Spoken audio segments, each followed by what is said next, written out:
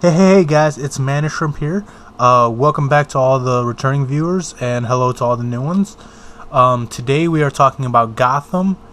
This is the second episode of the third season, entitled Mad City, Burn the Witch. So I assume all the episode titles this season will have Mad City in front of it as we move towards the Mad Hatter. But for this episode, it's more of a setup to the rest of the season, I believe. So let's just get right into it. Okay, we start off with Bruce having the meeting with the Court of Owls, which, if you remember from the last episode, he was abducted and Alfred was knocked out. So he's meeting with them to try and figure out what is happening with them. So he meets with the woman who's representing the Court of Owls. He says he knows they're part of it. He knows what's going on. And in last episode, he threatened to expose them to the media. So they obviously had to bring him in, and they did. And what we find out is that Bruce never had any concrete evidence against them. He was basically bluffing this just to get them to actually come out and, I guess, attack him. I guess he was expecting something like this to happen, just so they could get a meeting. So I thought that was amazing on Bruce's part. Really smart move. And yeah, he decides to tell them that if they leave him, his friends, his loved ones alone, he will give them Wayne Manor straight up, and because he says if anything happens to him, his shares will be turned over to the federal government, and they will basically just like rip apart the company, trying to make sure everything is in order, and they wouldn't want that. That would be bad. They said that's not enough. If you want us to leave you alone, you have to stop investigating your parents' murder, and you have to stop investigating who the Court of Owls is.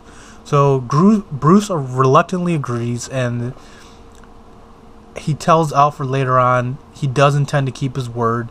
He wasn't just saying that. So I guess for now he's going to leave that alone. But later on I'll talk about why I think something's going to change, because something does actually happen in there.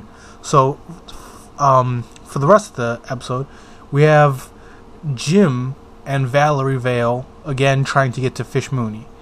In the process, Valerie Vale reveals to Jim that Selena is actually her source inside Fish Mooney's gang, which is the reason they were trying to get her last episode. So, but they haven't been able to find Selena. So obviously Selena's a little bit mad about what happened to Ivy last episode. So they go to find Selena, and they end up going to Barbara to see if she knows where she is. And she says she might know, but she tries to flirt with Jim a little bit. There's a little bit of tension between her and Vicky. Barbara wants to know if Valerie is Jim's new girlfriend or whatever. But yeah, they say no and everything. Barbara tries to get him to kiss her in order to tell him where Selena is, but he refuses. But she tells him anyway, and it's clear Barbara still has feelings for Jim. And so yeah, they go. Jim and Valerie end up going, attempting to go. But as they go to get in the car, Valerie locks Jim out, and he has to basically just walk, I guess, or just let it go, because this is payback for when Jim handcuffed her last episode. So, and then we move on into Ivy, and yeah, she washes up on shore, soaking wet, same clothes as last time, but same clothes, different body, because she's not, after the touch from the monster last episode, she's obviously aged a bit.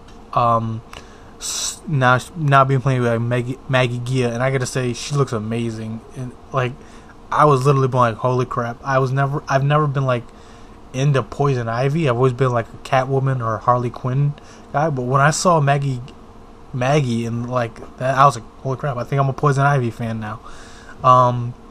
So yeah, she wakes up, sees her face, totally confused. What the heck's going on? She sees herself in a mirror, and eventually a guy sees her. She looks obviously distraught and everything. So he asks if she's okay and if she needs any help. He offers to take her back to his place, and here's where, like, I was obviously feeling this is a creep. This is supposed to be some sort of setup to him going to attack her and whatever, but no, he wasn't actually that bad of a guy. He just wanted to help her, and so he takes her back to his place, get her cleaned up, gives her some water, gets her some new clothes, and yeah, he's also got some plants all around the house, which she's obviously looking at and admiring, but they're all pretty badly taken care of, so that obviously is bad. And so yeah, he sees that the dying plants are making her uncomfortable, so he takes one and throws it in the trash, and yeah, that was not a good idea. That made her mad, and I think from then on, that was it for him. But so she tells him how she's changed inside and out. I guess they're trying to emphasize inside and out. She's a completely different person. She's not a kid anymore. We're supposed to take her seriously as an adult character now. So I guess she does. She's very beautiful, and I'm wondering how far they're going to take with this character, because I don't understand exactly how I should be feeling about this. But at the same time, I look at Maggie Gia and I'm like, that is beautiful. That is a lovely woman right there. So I'm excited to see more of her. We'll see what happens, and hopefully she has the acting chops too, because she used to be a model. So I'm really looking forward to that. We'll see what happens. So back to the Fish storyline. Bullock gets a tip from Valerie Vale about where Fish Mooney could be. He takes a bunch of cops. They go to try and arrest him, and it's basically a whole big slaughter. These monsters are killing him. One guy grabbed one of the cops' hands, and his hands just start melting. And holy crap, that was crazy. That was such a crazy spot. And I wonder, and obviously Fish escapes because she just got to continue the storyline for the episode. And so yeah, all the cops get dismantled, killed, hurt in some way. Bullock, of course, he's the main character. He's fine. But yeah, that was just like, I guess, I was just to show the power of these monsters, or these experiments, whatever you want to call them. So yeah, the whole thing is a bust. They gotta go back to the drawing board. So we see at the GCPD, we have Lucius Fox, who talks to Jim, shows him Miss Peabody's body. That's hard to say.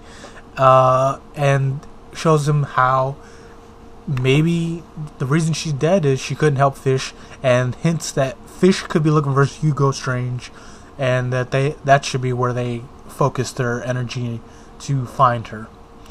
So, but unfortunately, while this is going on, Bullock ends up getting captured by Fish Mooney's goons.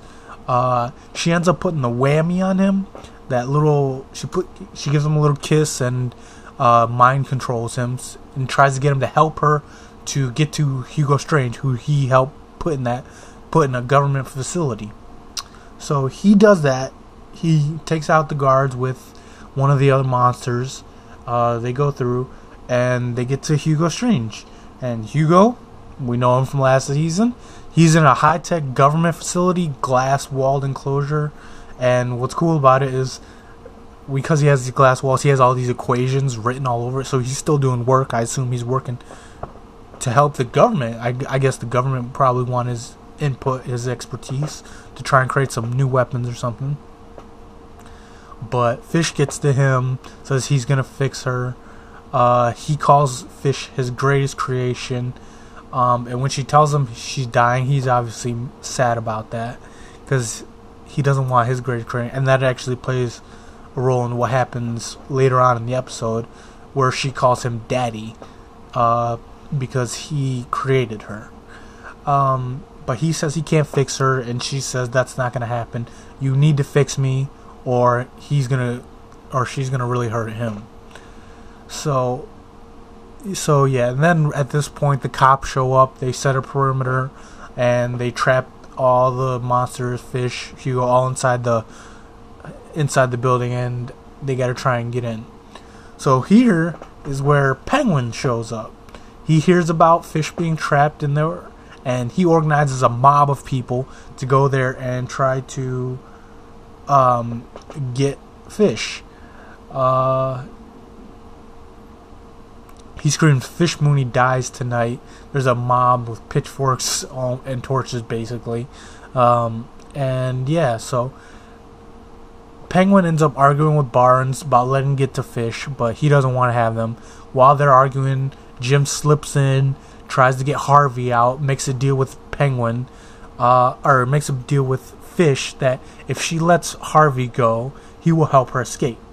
So she agrees to that, and he calls Penguin on his cell phone outside and says he needs them to rush the police barricade, which will draw all the cops to the front of the house and leave the back open for Fish to escape with Hugo Strange.